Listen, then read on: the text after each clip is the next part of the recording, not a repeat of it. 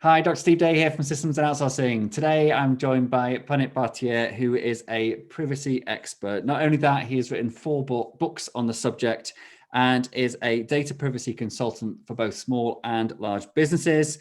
He's got two best-selling books on GDPR specifically. He's got his own podcast called Fit for Privacy Podcast. He is a fellow of information privacy.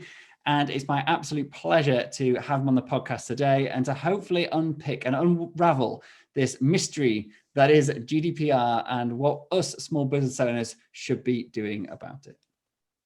So the question is this: how do entrepreneurs like us who don't have an endless supply of cash, how do we leverage the best apps, virtual assistants, automation tools and systems to scale our businesses, increase our profits and have more time to do what we love to do each day? That is the question, and this podcast will give you the answer. My name's Dr. Steve Day and this is Systemize Your Success. Hi Punit, absolute pleasure to have you on the show today. Thank you so much, Steve. Happy to be here, and thanks for the good work you're doing to the small business owners. I really watch and enjoy your work on the Facebook group and community and the podcast. It's really wonderful thing you're doing. Thank you very much indeed. And likewise, I hope that by sharing this today, it will even add even more value. So let's get on with it. Cool. Let's start by just saying, like, what's your story? Like, I think a lot of people, when they speak to me and I talk about systems and technology and geek out like that, they wonder why on earth anyone could like something like that. Some people love it. A lot of people hate it. But GDPR, I mean, I think most listeners might be wondering, why would somebody go into the world of data privacy and GDPR? So what is it for you that makes it the thing that decided to, this is what I want to offer the world? What's your backstory and how and why did you get into it? Okay, it was not planned, but there was a desire when I was in 2015 looking to change. I was working in a bank and I was intending to work something on regulatory domain. Because, banks are risk averse or they want to manage risk very effectively. So this came in and somebody said there's a project and 4 project managers or 5 project managers have changed in last 2 years. Nobody wants to do that. And I said, okay, that sounds an interesting challenge. Let me do it. And they were looking at it as a data project, data program. And then I realized it's a GDPR program and it was complex and everything. And then I started on it and I have never looked back. I wrote this 4 books on GDPR or privacy. And the good part has been it's complex and I love complexity. And now why somebody should do it is, it's a simple question. Why do you file accountancy reports? Why do you submit that report every 3 months for expenses and revenue? Because it's a legal requirement. It's more or less the same thing. It's a legal requirement. The only difference is you don't have to do it every quarter. The regulator, the government expects you to do it, expects you to take care of it, and they can come any moment and do an audit, like they can do a tax audit. So you need to keep your house in order. And for small businesses, typically we think it doesn't matter, but I'll share with you a small incident, just how it can impact a small business. A small business, rather a small resident person. So outside my house, let's say, if I put a camera and it watches over the road and my neighbor, it needs to be in the right way. That's also not only data privacy laws, security laws. And somebody last week, a few weeks back, was fined £1,500. Now, it's not a huge amount. But in the case of GDPR, it's 4% of global revenue or 20 million, whichever is higher. So that practically means you can go out of business. Of course, I'm saying that with humility. It's only if there have been warnings, you've been negligent, and you have been not paying any attention at all. So normally it will not be 20 million immediately. There'll be warning, there'll be steps, but if you don't pay attention consistently, then that's a risk. That's the significance of risk. All right. I think hopefully, well, you got my attention, and I think anyone listening now, we might be starting to actually think this is something we should be thinking about if we're not already. And so for small businesses, I mean, if I think when I started out, one-man band, typical scenario, you're basically hardly making ends meet. And then you're presented with this challenge on top of all the other mountain of work you're trying to do, all the plates you're trying to spin. And now you've got to deal with privacy on pretty much everything. And just to put this into context, I've just done one of Punit's free courses on GDPR. which is brilliant. It really explained the GDPR whole scenario, why it's important, exactly what you just said about the fines, and also what it means for small businesses. And actually, we're going to share a link at the end of the episode so you can get access to one of his paid courses for free if you just stick around and listen. And that will teach you all about the responsibilities and also action points for what you need to do to actually keep on the good side of the law when it comes to GDPR. So stick around for that. But one thing I took away from that was I can't think of a single business that isn't heavily affected, because if you have cookies on your website that you track anything, if you ever take an email address or even record any details of any of your clients, or you have any forms that you basically take information so you can then send them stuff, I mean, you fall into the remit of GDPR. So we all have to deal with this. So back to my question. I'm a struggling business owner, just trying to get my head around everything. How can I add this to my workload and make it work practically? What do I need to do? Simple steps, please. Okay. I think if you're a single solopreneur, as I call it, single person setting up a website as a coach, or let's say setting up a website as a property manager or something like that, it's really, really easy at that time because you don't have overheads, you haven't started, and you're at the beginning. Normally, I look at 12 different dimensions. You only need to understand that. And if you're putting in a website, you need to have a privacy statement, which is easily buildable, or in my case, I just give them a template and they can fill it and we review it. The other thing is you need to be aware of what data you are collecting. That's a little bit hard part, but when you have a template or something, it becomes easier. You don't have staffs, you don't need to train, but you have to train yourselves. The simplest thing I would say is awareness on what is it. Like you explained now, you understand GDPR because you've done that course. So invest that 1 or 2 hours, and then along with your business, you will pay attention to what you're doing and why you're doing. So normally I talk about 12 steps and they go for somebody who has a business setup, but I encourage even a single person to go through those. And those go like step 1 is, if you allow me, I can go through 12 steps. It will take maybe 3 minutes. Just do it. Brilliant. So first step is list what data you process. That is, make a list of what data you have. What are you doing with it? Are you sharing it with somebody or not? That's the most extensive step. As soon as you have that, you ask yourself, what do you do with it? That's step 2. And then you say, I collect it on website, or I process it for processing payments. And then you say, why do you do it? What's the reason? And typically it will be a contract or it will be consent. Consent meaning they allow you. And sometimes it's a legal requirement. Those are the 3 you'll have as a business. Once you have that, you're ready to publish something called a privacy statement. That is, on website, you're saying what you collect, why you collect, who you share it with, and how do you respect the rights, meaning if they have questions. And then your privacy statement is ready. That's step 3. Step 4 would be, on an ongoing basis, keep an eye on, you don't collect anything that's not necessary. Let's say you want to put a form for newsletter. Now you need a name and an email, or maybe an email just is sufficient, but you don't need a phone number. That's some other business objective, so don't do that. Step 5 would be delete the data if you don't need it.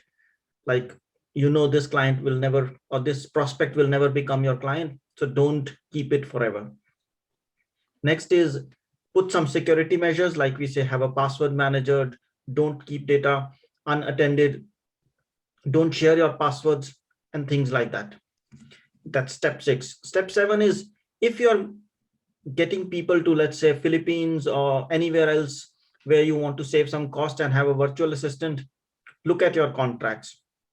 Step 8 would be, just make sure that if something goes wrong, you are alert to it and you can take necessary action. Like few weeks ago, a company called me, we have a data breach. And it was a small company, 20 people. And then I helped them.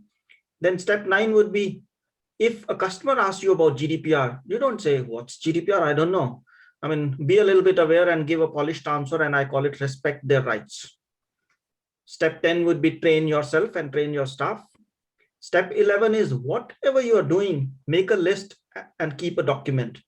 So it's not about what you have done, it's about why you did it and why you didn't do. So it's okay if you decided I will not do it, but have a reason for it and document it. That's step 11. And step 12 is, of course, solopreneur, you are the person to act, or maybe get help from somebody who will work with you.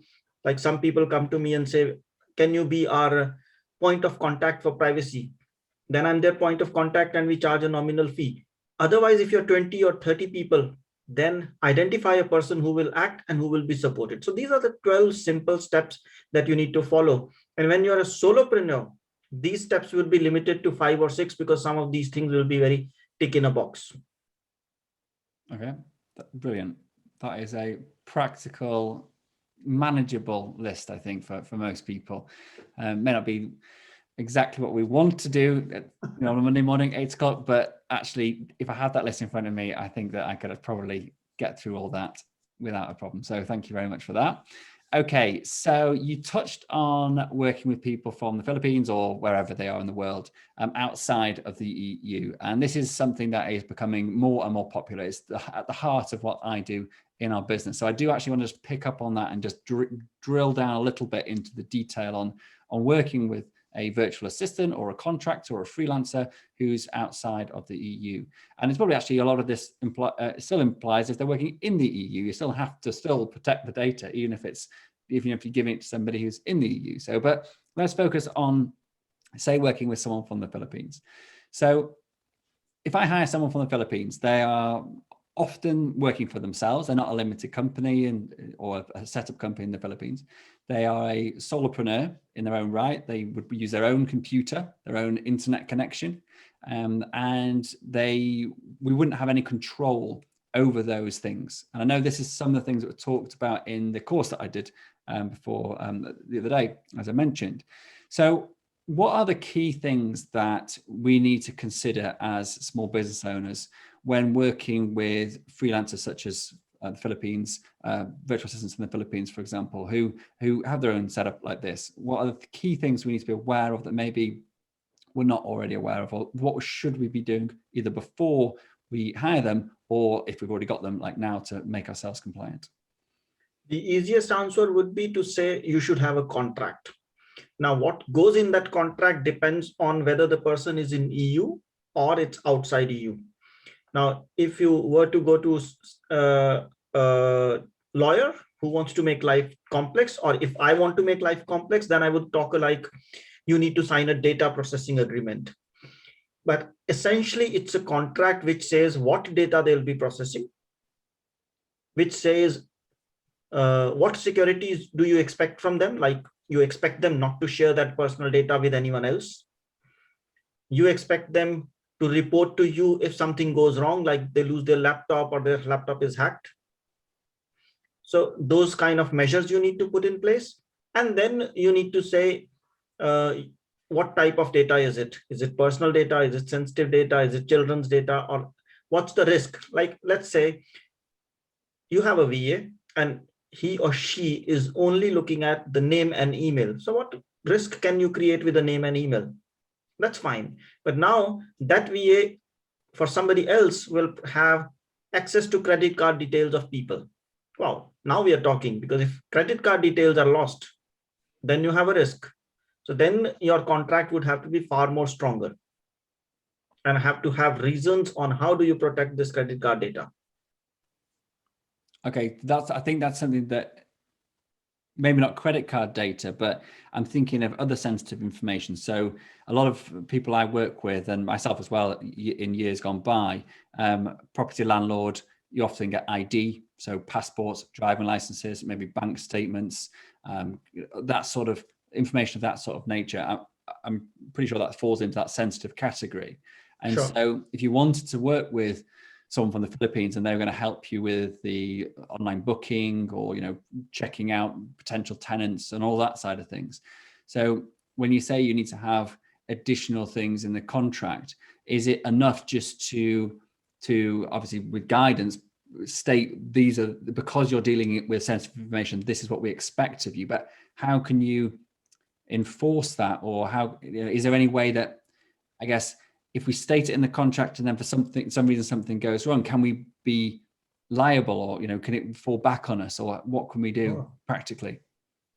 So unfortunately, yes, you're liable, because the law defines as something called the company that's collecting the data, as the controller, because you are the controller. You decide when you collect where it goes and what is done with it. And the other party is just a processor, because they are processing on your behalf. So you have full responsibility, but if you can demonstrate that you signed the good contract, you were covered, you asked them, and you were checking, say every 1 year or something, are they doing it or not? And also giving them a slight, asking them, do you know about GDPR, or do you know data protection for matter? These are the 5 things I need to do. So let's take your example and make it concrete. So you have an ID card data. So passport data for the landlord, or not the tenant. Yeah. So now your virtual assistant, does she need access to that? Can you not make it that she will have access to name and email while the ID card stays here? That's one idea. So that's one layer of protection. Now, in circumstances that you say she needs access or he needs access, that's fine. Then you need to tell them you cannot download it. So you'll put it on your OneDrive or Google Drive, password protected, and you'll create an access for them, which is read only. That's one way of protection. And you tell them you cannot download. Yeah. Just on that and point. Then in Upwork and other tools, you have solutions in which screen is being monitored all the time. So you say that you're doing some audits once in a month or once in 6 months, you look at what they're doing and you just keep an eye on them. So that's, you're doing your duty. Your duty is accountability. You're doing everything. Everything means 3 things. First, you do some due diligence and ensure that they are a genuine and sensible person, because not just because Philippines cheaper, let's do it. Second, you do a contract. That's the most important thing. Third is monitoring. So every now and then you're checking if they're really doing what they're promising, like asking them once in a while or sending them 5 questions. Are you downloading any data? Okay, in some cases, if you do need to delete it immediately. Has your computer been hacked in last few weeks or months? Do you regularly update your antivirus protection? So ask some simple questions and make that checklist. And then you say, yes, this person has done it. And we all know, then somebody can say, did they do it really, or did they say it? Now that's trust and verify. That's how it goes. Yeah, I mean, you can only do so much. You can't go and actually stare down people's necks the whole time. So I think you've got to do what you can. And I think that's a really, really practical thing that I'm going to implement immediately, actually, is to have, say, a monthly, just a quick questionnaire saying, do you remember these things? Are you doing them? If not, let's have a chat about it and see what we can do to help.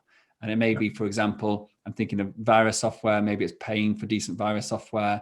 It's some of the things that we use is using virtual private networks, because you can't guarantee the security of the data passing over a network in a foreign country. And the other key thing as well, just regards to the downloading of information. So we use Google Shared drives, similar to Microsoft SharePoint.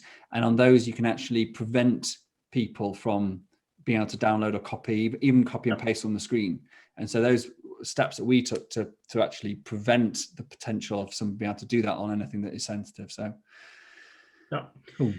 I would add one thing. Okay, it's very good if you do it monthly, but that's a bit too much. Normally, large companies would do it every 6 months or 1 year.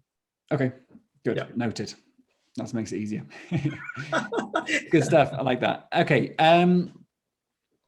So here's another scenario. And this is something that, again, using virtual assistants, but it could be wherever they are in the world, is that I've got a personal Facebook account.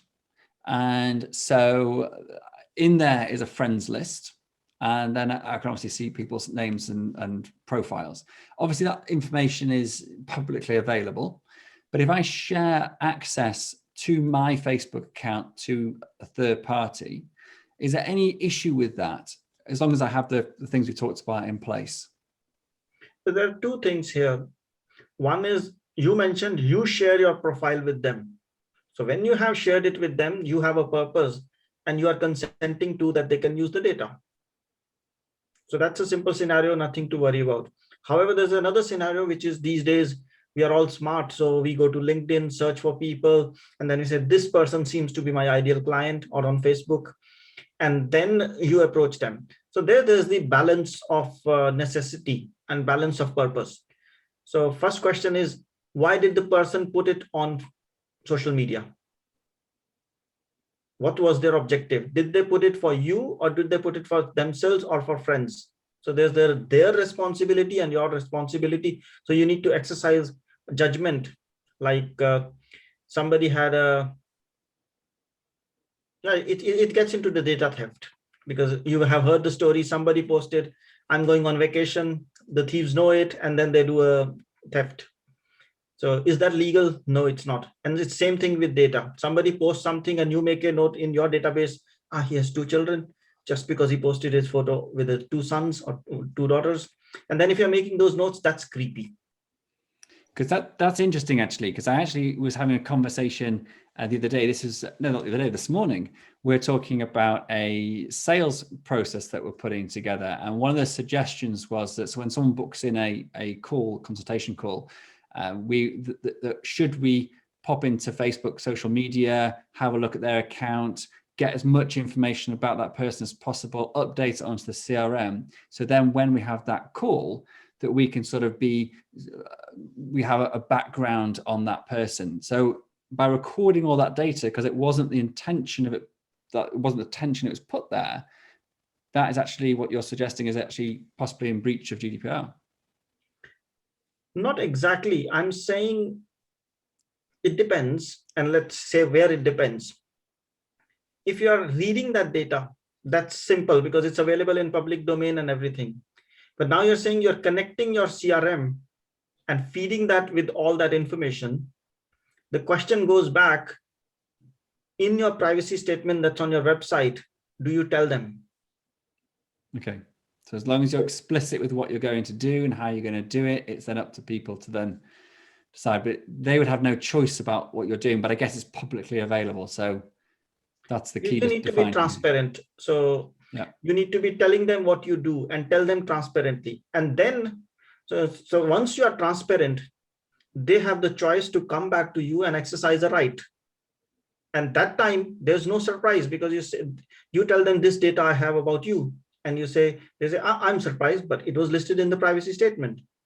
The problem is you didn't have it in the privacy statement. They do the rights. Either you give them the wrong information or the information given doesn't match with the privacy statement. Got you. Okay. So transparency is the more important thing. And second thing is accountability. Accountability means you do the right thing and you do even one level up. That's ethical way. Would you like that to be done to you? So ask that question, or to your daughter or to your son or to your wife. And if the answer is always yes, then that generally is a good thing to do. Of course, you need to check the legal aspect of it. Yeah. Okay, cool. So this just an idea popped into my head here, which is actually for a lot of the people listening, if they run properties or landlords, if you have houses of multiple occupancy, so HMOs, and one way that a lot of people find new properties to take on is that they will go to the public available records for the HMO license register. Now, this could be a public authority register. It could be a doctor's register, which is made publicly available with email addresses. So I'm thinking about when someone presents their information due to a legal requirement that has to be published, could be even just directors' contact details on the company's house, for example.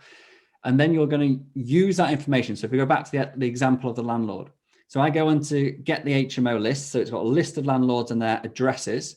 And I then put that into my CRM and I then mail them out letters or email them with a view to then getting them to become a client of mine. This is actually suggested by one of my community when I was actually asking them, what questions can we ask Punit on this session? So it's taking information that's publicly available, like email addresses, but then using it for our own purposes to our own gain. How does that sit? That's on the edge of gray side. So some people will tell you you can do it. Some people will tell you you can't do it. But I'm always saying, how can we do it rather than how can we not do it? Because it's very easy for me as an expert to say, don't do it. But you have a business to run and you have a, business in intention. So how do we fulfill that? So the simple way I would do it, I would go take that data, but in the first email, send them an email saying, I have learned about this from this source. So it's transparency. I would like to offer you these things. Would you be okay to receive my emails from now on? Yeah. So please click a button. Now you'll say, I know most people, marketers would say, if I ask that, 50% of people would not say yes in the first email. But that's fine. Those 50% would never read your email and they will only populate your database, and you'll be paying to your Aweber or ConvertKit or MailChimp more because you have more subscribers. So you rather want to have good subscribers who read and click on your emails. So tell them in the first one, hey, this is the reason, that's how I collected it. This is what I need. Would you be okay that I send you some email?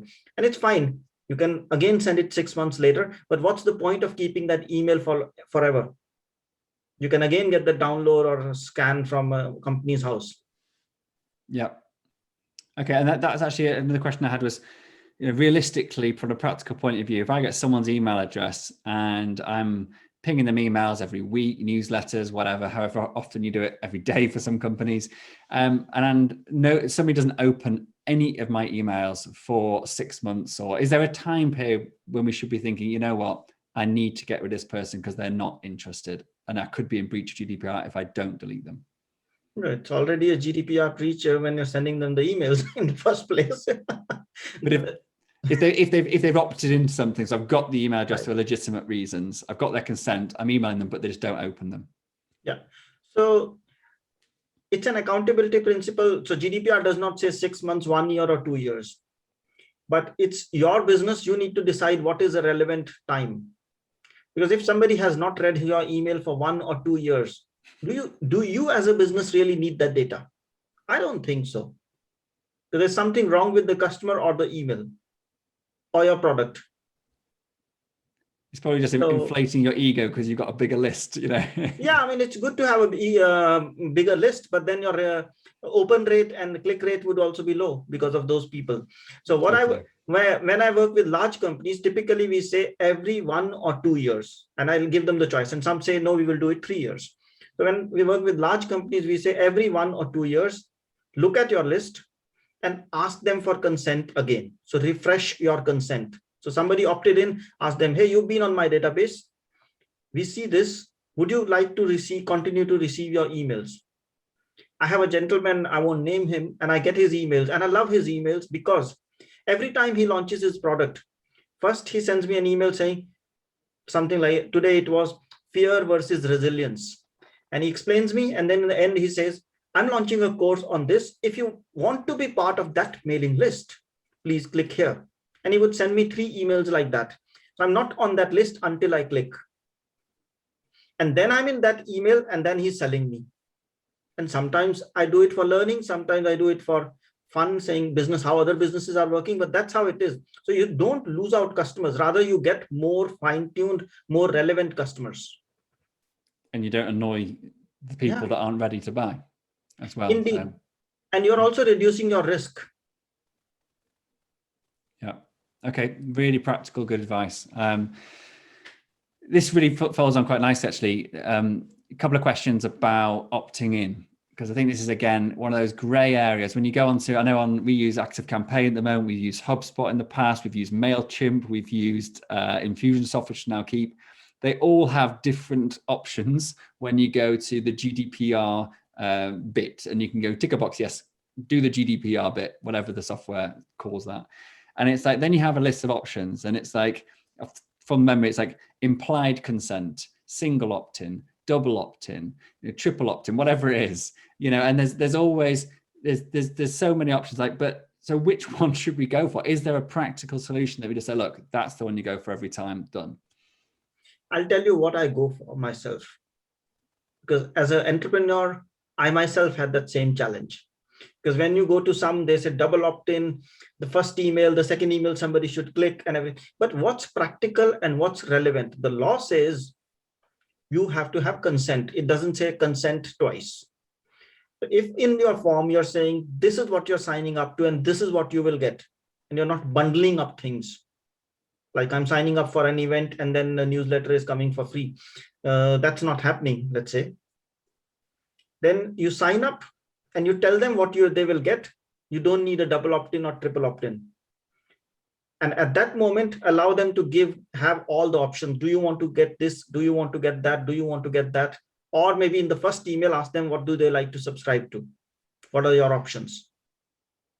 So double opt-in is not necessary. Opt-in is necessary. Double opt-in is a good thing. It's a safer thing.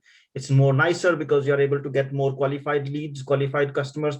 Because somebody gave his email and then didn't opt in the second phase.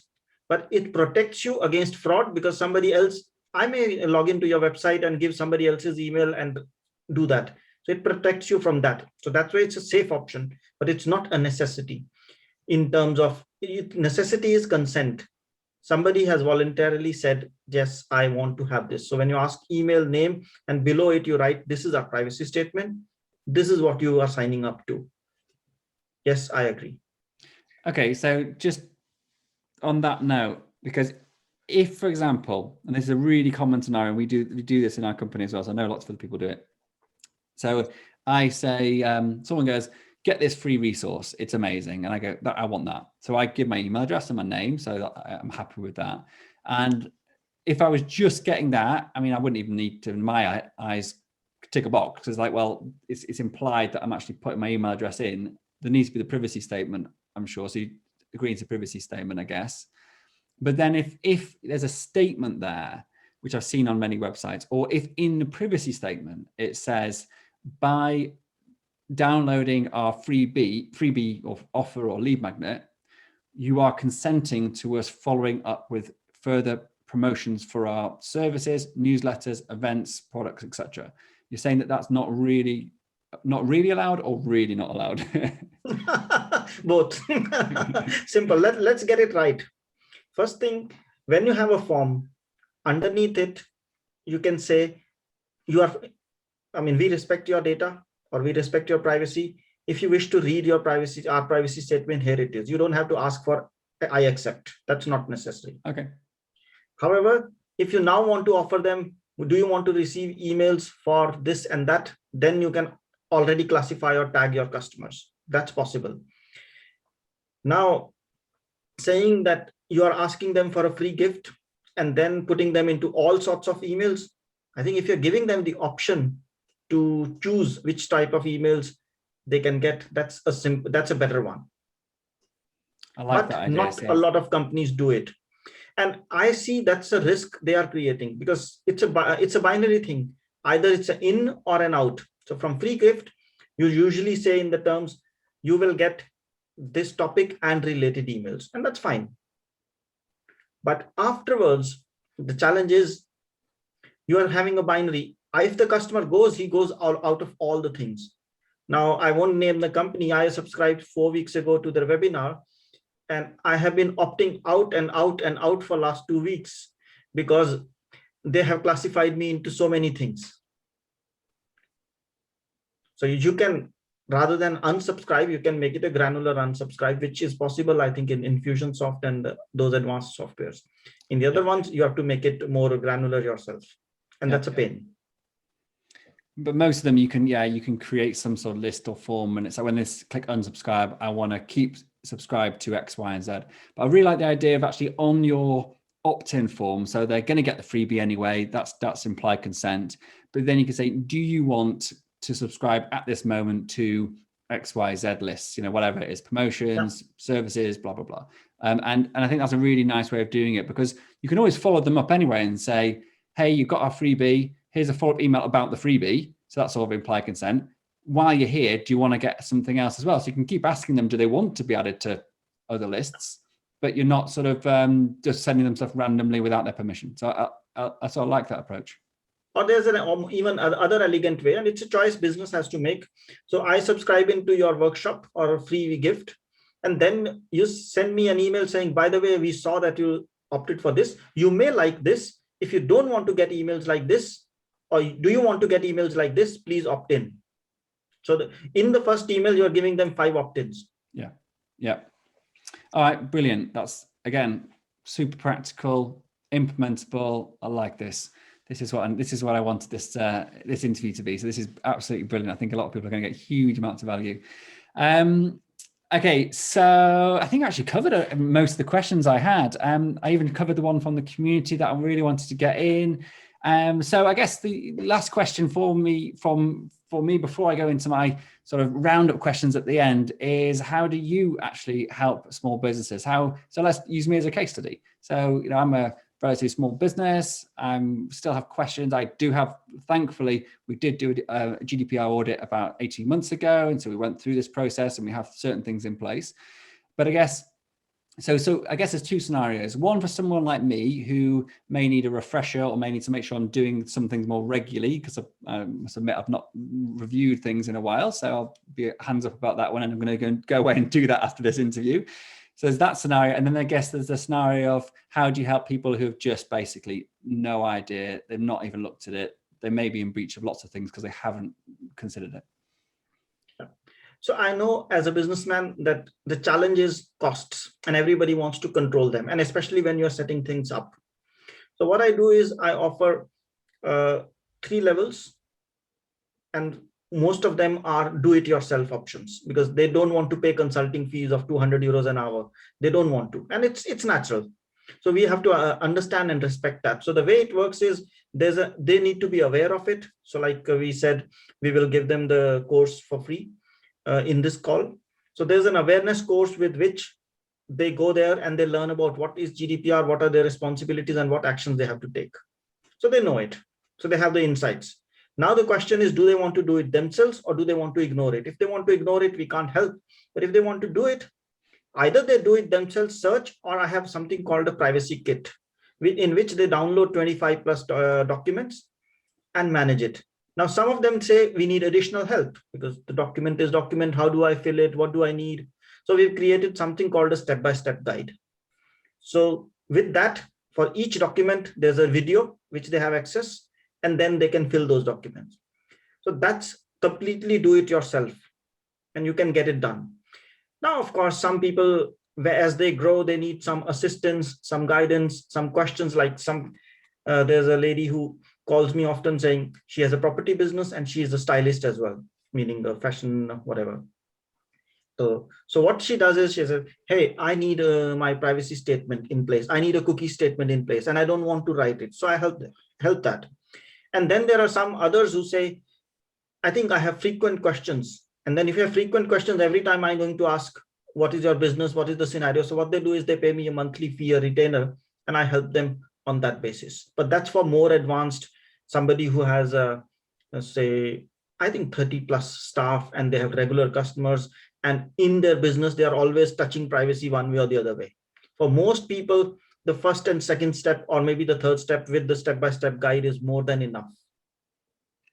Cool. I will be checking those things out. So the course that Punit has mentioned is available for free just for listening to this podcast. And the URL will be in the show notes. But if you're listening to this, grab a pen. It is tiny.cc/SBO100. So that's tiny.cc/SBO, all lowercase, and the numbers 100.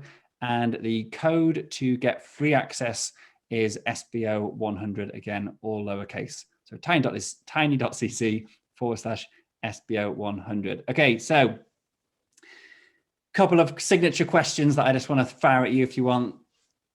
If you don't mind. Not if you want. You've got no choice, Punit. I already consented to this interview, so you can do what you want. I have written consent in blood, in fact, just to make sure that I wasn't in breach of GDPR.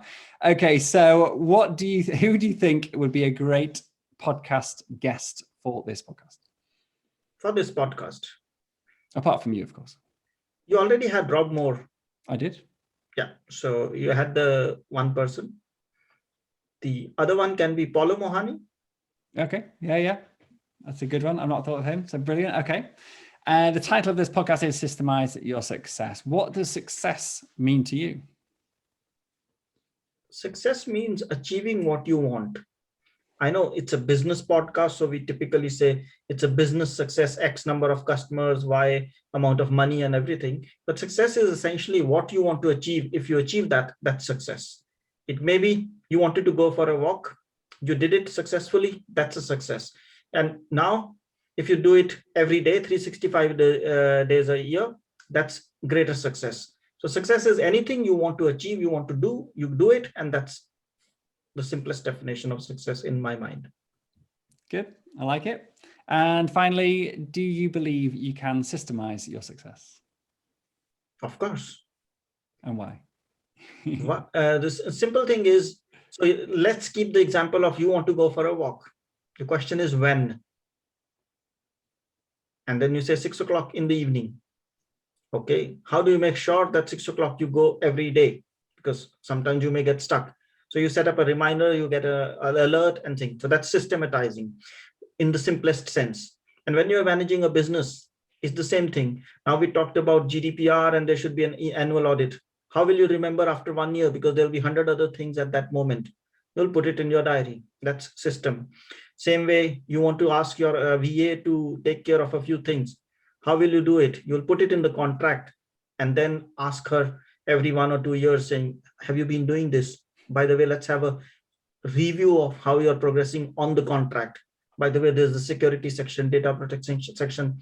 Do you have any questions? Are you really following it? So it's a system. So everything is a system. You may make it too formal or maybe make it too simple. If you want to make it visual, you use flowcharts. If you want to have a very simple steps, then it may be a PowerPoint with steps. Cool. Thank you very much indeed. Really enjoyed this. I think I've learned, I've learned masses on this and lots of real practical implementable stuff, which is exactly what I'd hoped for. So very finally, where can people find you if they want to contact you and engage with you? The simplest way is to go on LinkedIn. But if they are really looking at, rather than contacting me, exploring what are the things I offer, then Fit for Privacy, so FIT number 4 privacy.com. So www.fitforprivacy.com/SMB, that's small and medium businesses. So they will directly go to that page and they can explore what to do and do it themselves rather than having to ask for any help from somebody else. Because I look at it, that's a second stage. I work in layers. First, give them what they need. Second, if they need, then I'm always there. Perfect. Great. And we'll put those links in the show notes as usual. Thank you very much indeed, Punit. It's been an absolute pleasure. Thank you so much for having me. It never felt like a podcast. It felt like a consulting session. So that's good. I really enjoyed it. I got a free consulting session. There you go. Exactly. Very well done. Thank you very much indeed. Thanks, Steve, for having me. Pleasure. Thank you so much for joining me and listening to this episode. I'm well aware there are hundreds of great business podcasts out there and you chose to listen to this one, and for that I am truly grateful. Hopefully what you heard today took you one step closer to building a successful business so you can share your passion with the world and serve an ever-growing number of people. If you got value out of today's episode, then so will someone else you know. By sharing with others what has helped you along your way, you will grow your influence and be the guy or girl that everybody wants to know. So please hit the share button right now and also remember to subscribe to this podcast so you don't miss future episodes. It's impossible for me to cover absolutely everything in these podcasts, so please do head over to systemizeyoursuccess.com right now and download the show notes, transcriptions, and some of my best frameworks and systems for free. Thanks again for tuning in and being a part of this amazing community. Until next time, this is Dr. Steve Day, and you've been listening to Systemize Your Success.